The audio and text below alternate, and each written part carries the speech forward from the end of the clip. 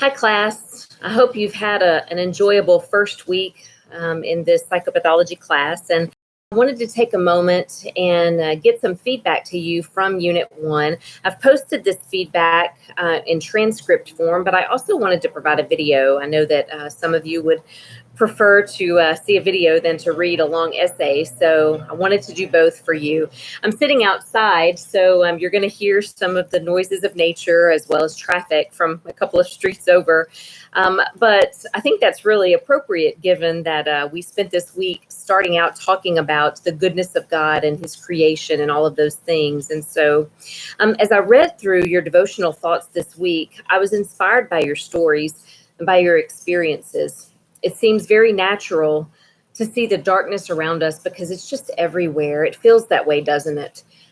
But you more naturally recognize the God of the universe whose very character overcomes all sin and darkness. That was a real theme in your devotional comments this past week. Your personal insights have expressed renewed appreciation and thankfulness for the good that can be found, even if the world chooses to focus on negativity and loss. Your intentional efforts at recognizing God's goodness, at focusing on His goodness and sharing His goodness have been an encouragement to me, and I'm sure they're an encouragement to one another as well. I particularly appreciate your acknowledgement that we have power over our minds, and we can impact the messages that come into our homes. You have acknowledged that God can be experienced even if you don't sense Him or feel Him all the time. Several of you indicated how you're taking this time of chaos to enjoy the quiet with God, and you're enjoying your time with your families. I am as well. You're leaning into the promises of God, even when the most natural responses might be to lean away from Him. I wanted to provide this summary here of your devotional thoughts because I don't want you to forget this message. Beginning today, we are diving deeply into those things that are abnormal, the experiences and behaviors that God, in His perfect design, did not intend. Focusing on mental illness and psychopathology will bring unique challenges for sure. You may even question how God could allow such things could happen to His people. I personally ask that question a lot, and yet even with no acceptable answer, I can see His goodness all around me. Remember that as we read diagnostic criteria, these symptoms only describe a person's experience. They do not define a person. In addition to your thoughts about the goodness of God in the devotional forum, you were asked to think through faith integration within the context of mental illness and psychopathology. Your comments in the interactive assessment were very telling of your life experiences and your belief systems. I want to make some comments here in response to what I read.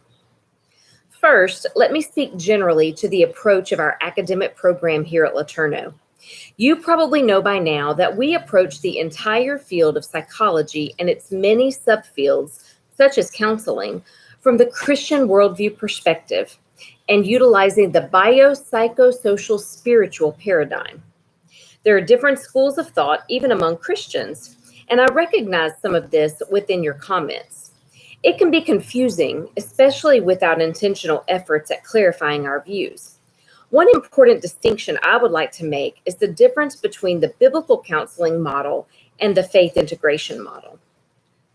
Biblical counseling, also referred to as the nouthetic approach, champions the understanding and treatment of mental illness by assuming that the only source of healing comes from Scripture. This is a fairly common model in private Christian universities, and it's certainly common among lay counselors in the church. While I certainly appreciate the use of Scripture and our dependence upon the Bible as a source of truth and wisdom, I believe that this approach is very limited. Instead, I embrace the faith integration model.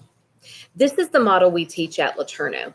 The faith integration model uses Scripture as a resource for counseling, but it also acknowledges that clinical training has a place in explaining mental illness and its various treatments. This is a model that recognizes God as the source of all truth, even if that truth is presented by an individual who is not a believer. This model recognizes that science and faith are not at odds. In fact, they support one another. I believe wholeheartedly that demon possession is a real phenomenon. I even had a doctoral seminar on the distinctions between mental illness and demon possession. But while several of you expressed thoughts in the forum on this topic, it is beyond the scope of this course. I will state that there are very reliable and well-documented approaches to discerning between the two.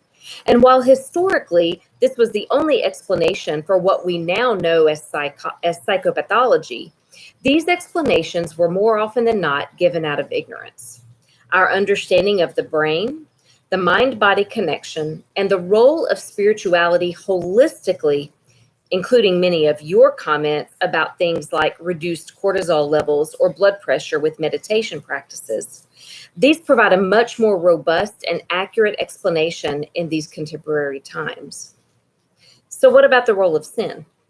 I like how one of you stated, the relationship between sin and psychopathology is rich and complicated. That is so true. You will work with clients who find themselves in need of help because of their poor choices.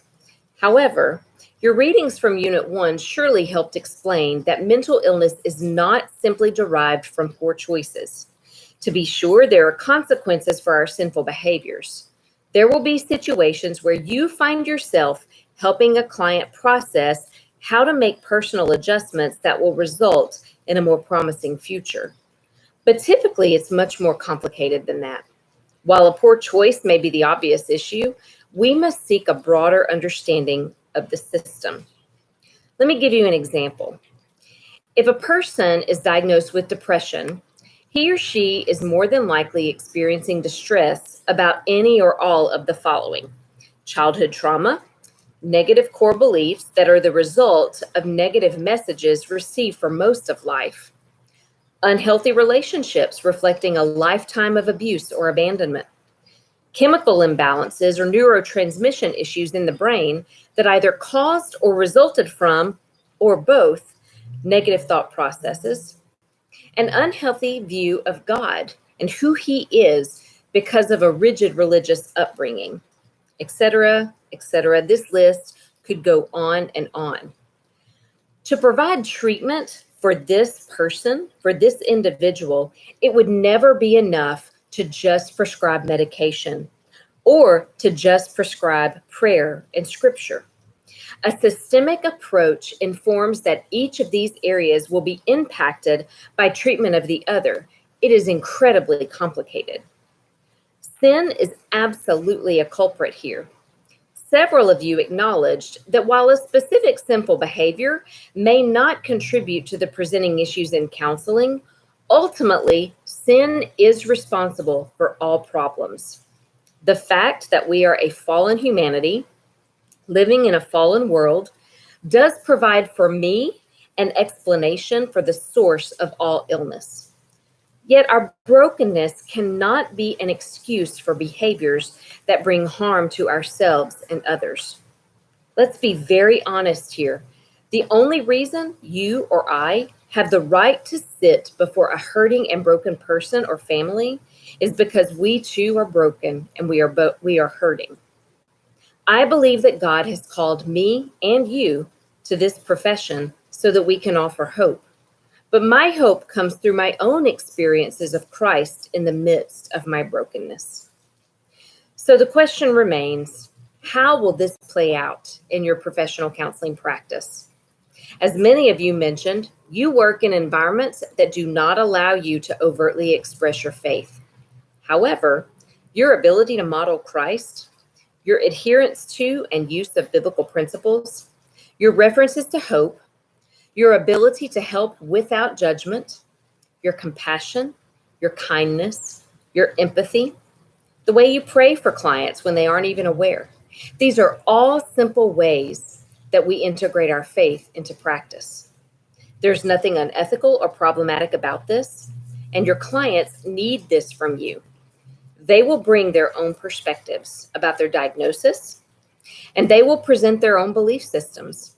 You, their counselor, will challenge them when necessary. You will encourage them, You will affirm them, and you will offer hope.